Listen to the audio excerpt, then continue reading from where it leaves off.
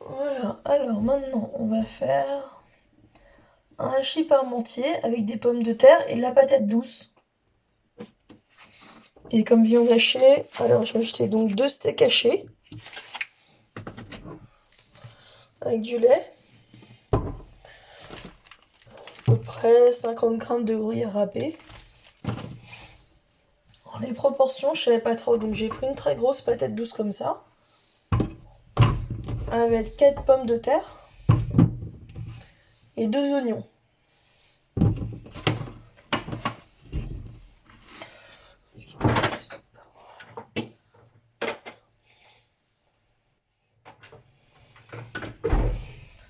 Voilà, donc on va commencer par préparer les ingrédients. En attendant, on met le lait au frigo et le gruyère râpé aussi. Et puis tant qu'à faire la... Non, la viande, on va la garder, on va s'en occuper.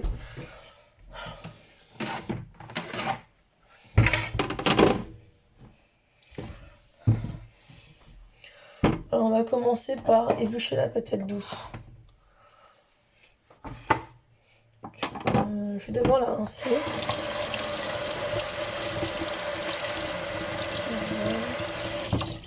Non, je vais l'éplucher.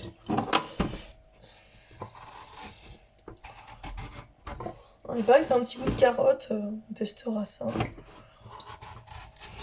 J'ai regardé sur internet parce qu'en fait j'hésitais à le faire avec des carottes. Et en fait ils disent que la patate douce ça se marie aussi bien avec les pommes de terre qu'avec les carottes. Je me suis dit peut-être qu'avec les pommes de terre on sent plus le goût de la patate douce, hein, je sais pas.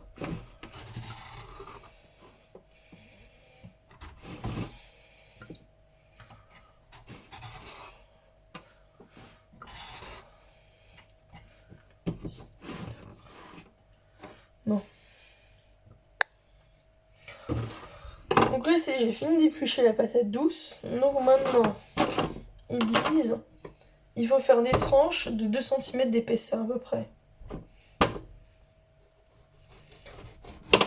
Donc voilà, moi je vais faire à peu près cette épaisseur là quoi. Donc il faut essayer que toutes les tranches fassent la même épaisseur.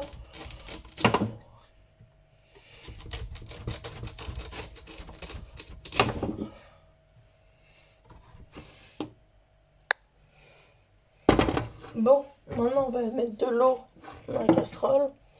Moi j'ai coupé les patates douces en morceaux.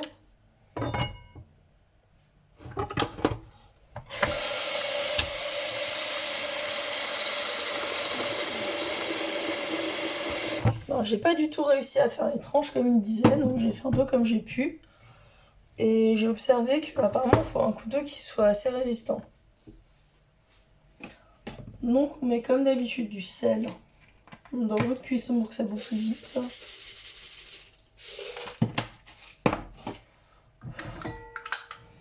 Et on met le petit couvercle qui est là.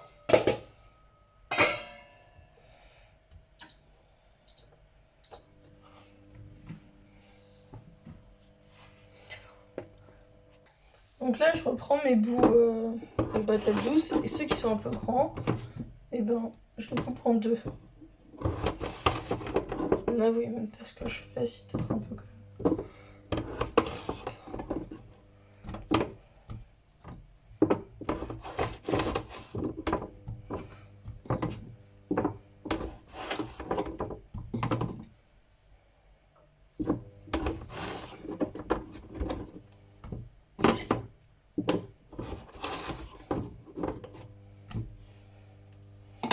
Maintenant il faut s'occuper des pommes de terre. Donc on les rince d'abord.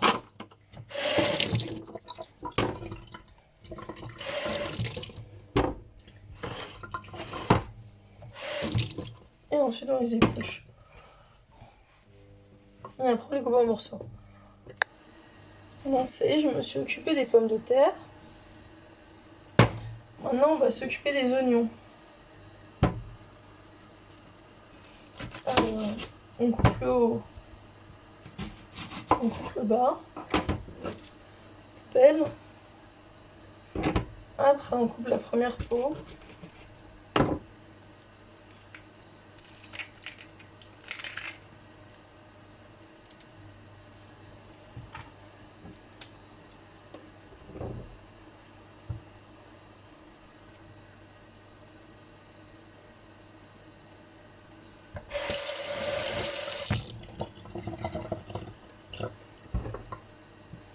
un coup pile poil au milieu. Pour pouvoir ensuite enlever le germe.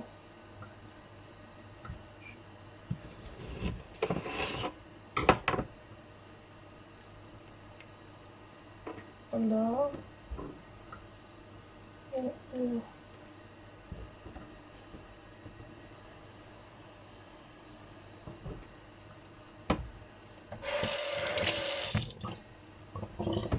Et là on coupe un morceau. Bon c'est normal, ça fait ça tout le monde, à chaque fois ça pique les yeux, un peu. Moi j'ai jamais réussi à chialer avec ça.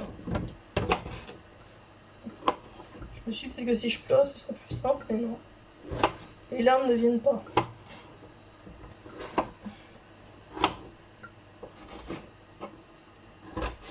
On n'est pas obligé de faire des morceaux trop minuscules non plus, hein, parce que après dans un poêle ça va être très dur un peu, je crois.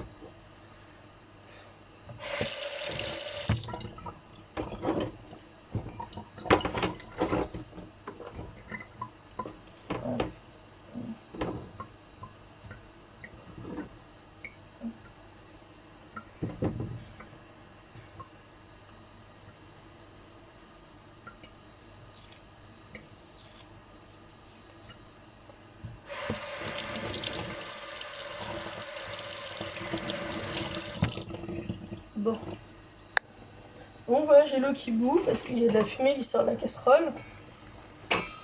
Donc je mets mes patates douces dedans.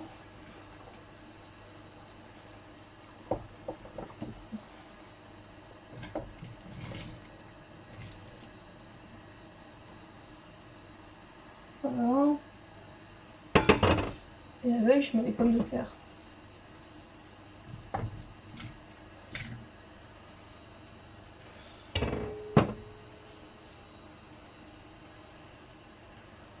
Bon, moi là j'ai un petit souci. C'est ça. Voilà. L'eau, elle est à ras-bord. Donc qu'est-ce qu'on fait quand on se rend compte de ça en plein milieu d'une recette de cuisine? Ce qu'on fait, c'est qu'on prend un récipient plus grand. C'est bien compliqué, parce que si jamais l'eau se met à bouillir, en fait, ça va en foutre partout et tout. Bon, c'est que de l'eau, mais comme il y a des patates douces dedans et tout, c'est pas forcément bien, quoi.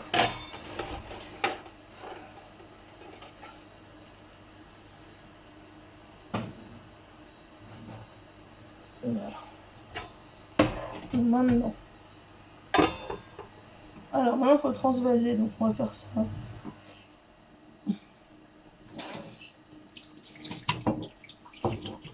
Comme on peut.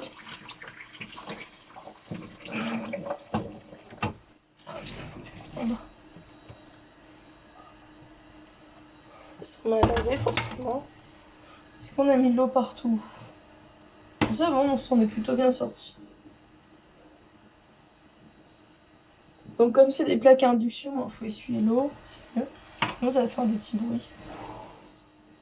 Et là je crois que j'ai carrément éteint le feu. Alors je peux mettre la casserole comme ça. Là. Enfin le chaudron, je sais pas comment on appelle ça. Le torchon en dessous, comme ça essuie le dessous du chaudron aussi.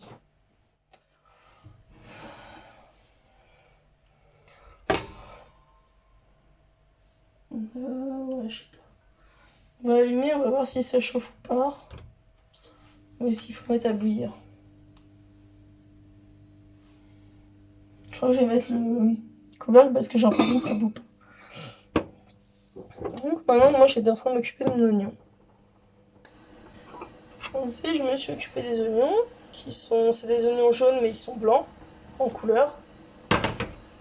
Donc maintenant on va les cuire. On va sortir la petite poêle.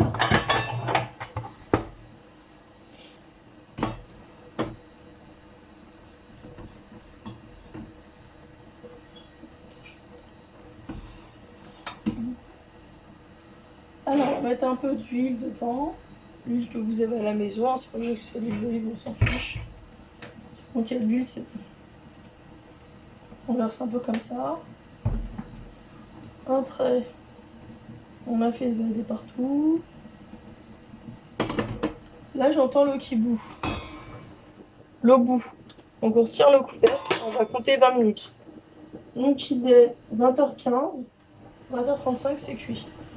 Après on regardera si c'est vraiment cuit avec avec ce qu'il faut et puis voilà. Donc là maintenant on fait chauffer aussi la poêle.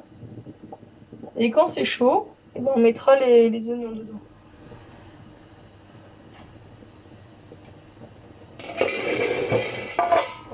Donc, là. Ouais, ça chante, hein, vous entendez? Il y a l'eau qui bout. Et l'huile on entend un peu faire comme ça. Donc on va mettre les oignons jaunes dedans.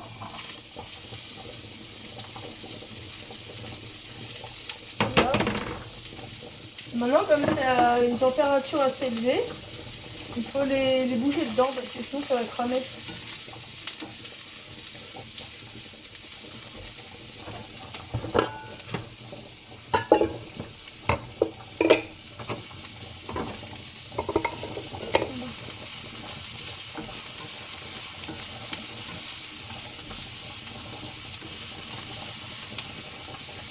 Ce que je suis en train de dire, c'est que je vais faire bain de fumée et ça va peut-être déclencher l'alarme incendie là. Donc, on va faire. Donc là, le but, c'est que les oignons deviennent un peu translucides, transparents, quoi. Et une fois qu'on est arrivé à ça, d'abord, on essaye de commencer à les faire un peu griller tous, là. Et ensuite, on baissera le feu. Et on mettra un couvercle dessus, et comme ça va être plus simple.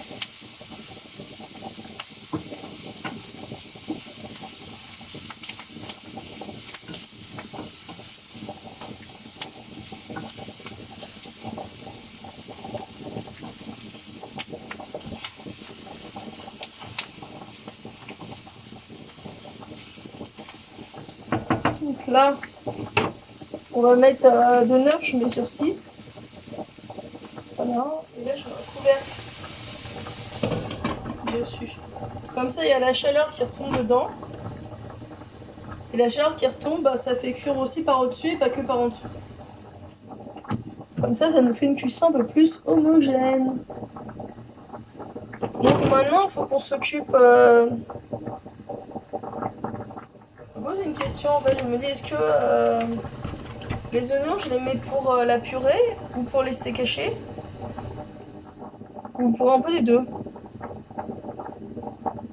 Parce que je me dis, est-ce que les oignons, je les mixe après? Je sais pas.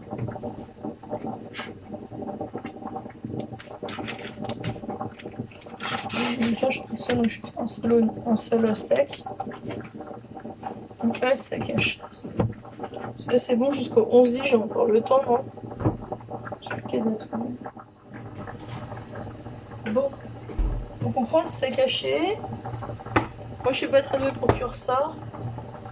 Et donc, je vais faire des petits morceaux. Donc, je coupe comme ça, des petits morceaux. Et après, on va faire des boulettes.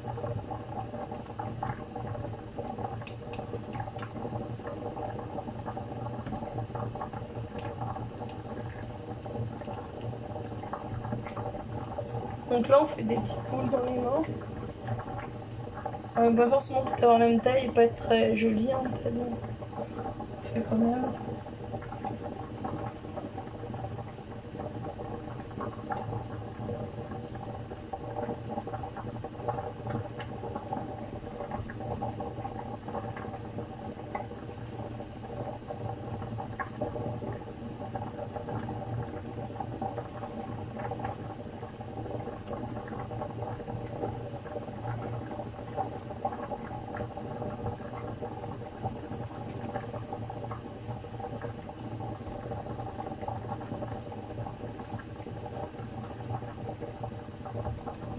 Moi, j'ai peur que les oignons crament.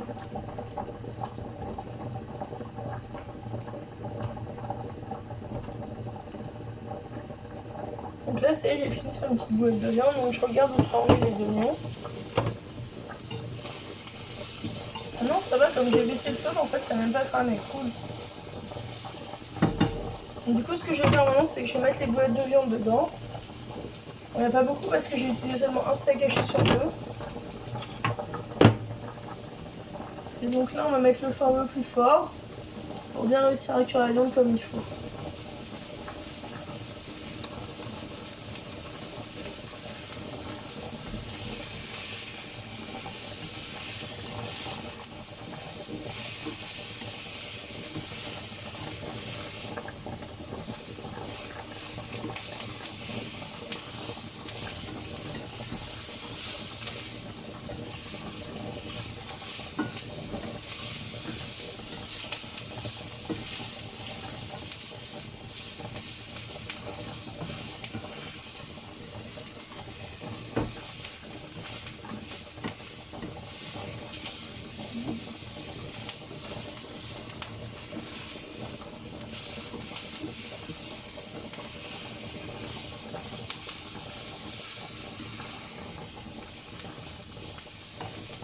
Bon, là, je vais faire comme tout à l'heure. Je baisse le feu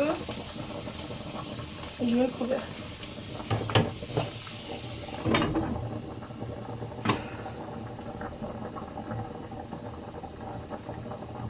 Et donc là, on va s'occuper de regarder où ça en est. Les patates douces et tout.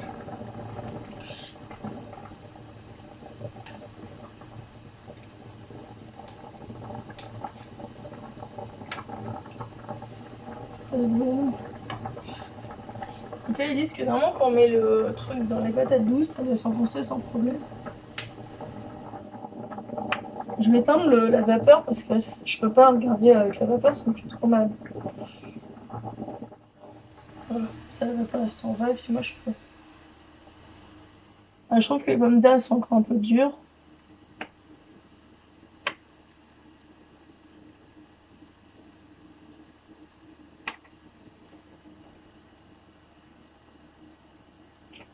J'ai l'impression que les patates douces sont cuites, mais pas encore les pommes de terre.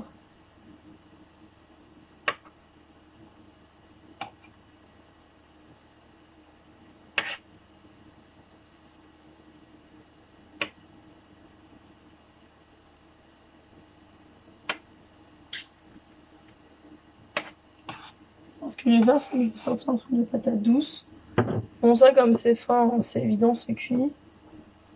Un bout un peu plus gros, par exemple,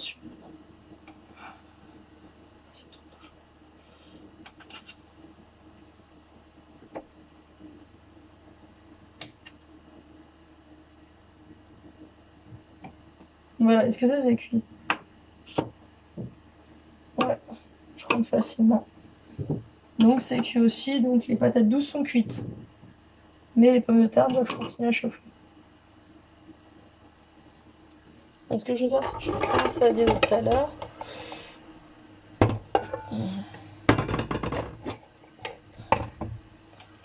Ça prend un peu de temps, mais bon, je vais enlever les patates douces qui sont là.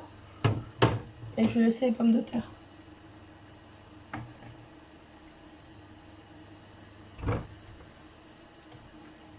Bon, je vous dis quand c'est fait.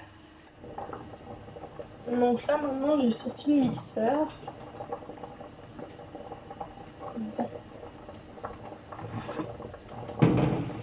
Comme le fil est un peu long, je vais pouvoir le ramener par ici. Et donc,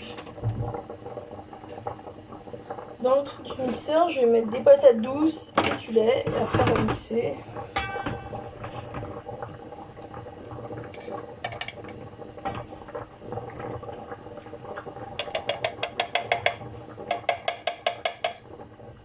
Et ensuite, quand on aura mixé un peu, on mettra dans le plat gratin.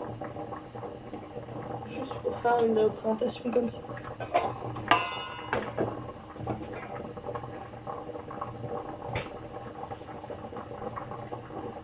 Donc là j'ai mis un peu de patates douces dedans. Je mets un peu de lait mais pas trop, et puis s'il faut plus j'en mettrai plus. Là je vais mixer.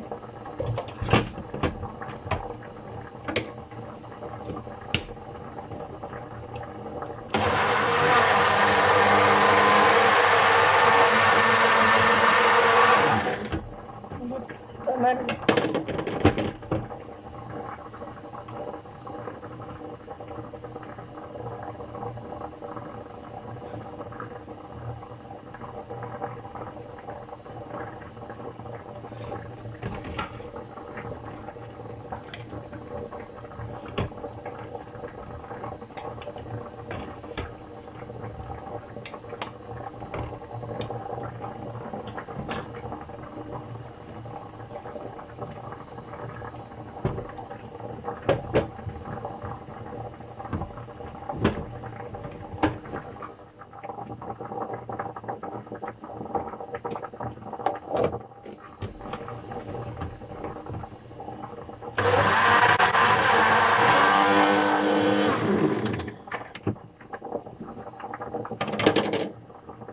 Là c'est pas bien mixé. Je remets un peu plus de lait peut-être.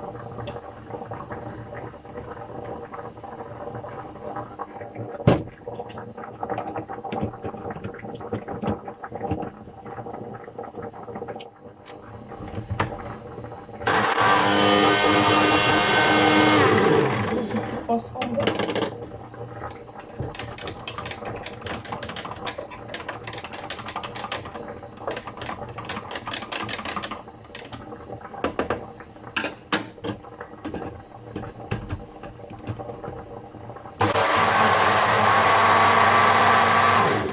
Bon.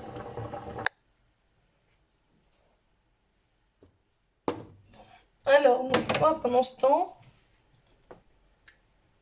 j'ai fait les purées. Donc maintenant, je mélange un peu pour que ce soit un peu plus homogène. Et là, ça va être un petit peu compliqué si je voulais faire un montage dedans. Donc je laisse la purée comme ça, je fais pas de montage dedans.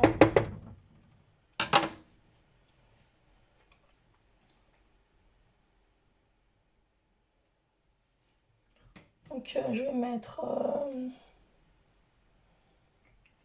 Je vais carrément dresser dans l'assiette là. Ça va faire moche. Hein. Le problème c'est que si je mets des boulettes de viande dessus, ben ça va déborder. Donc, je vais essayer de faire un peu gelé quand même.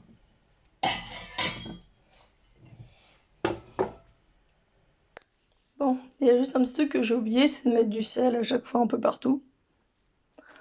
Donc il faudra bien que vous pensiez à le faire vous et pas faire la même bêtise que moi.